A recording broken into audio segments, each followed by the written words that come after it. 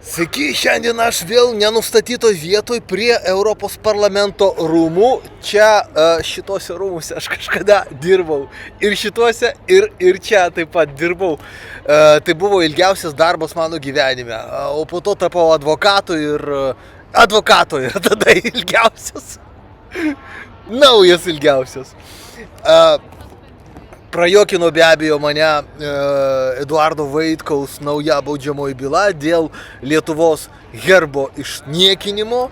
Reiškia, jis papostino šitą nuostabų herbą, kur Gedimino šitas Vyčio kryžius pakeistas į svastiką fašistų.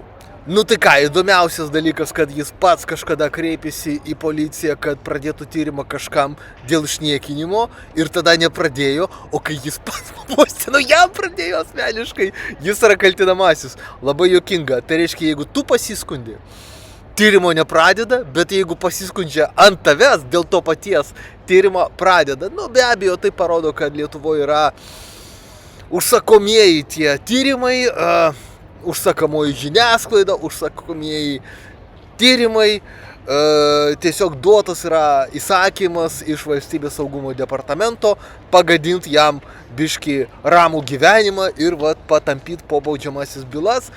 Aš nemanau, kad ten kažkas rimto išeis.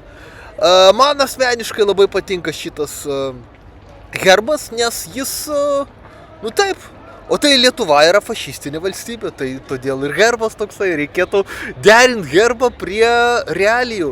Jeigu iš tikrųjų Lietuva jau tapo nacių, fašistų valstybė, nu tai toks turėtų būti ir herbas pakeistas tada, kad atitiktų. Labai gražu. Aš pats jį papostinau taip pat Facebook'e ir raginu visus jį platinti, nes jie pasirodo, pyksta. Nu tie valdžiažmogiai pyksta, kai pamato tokį herbą.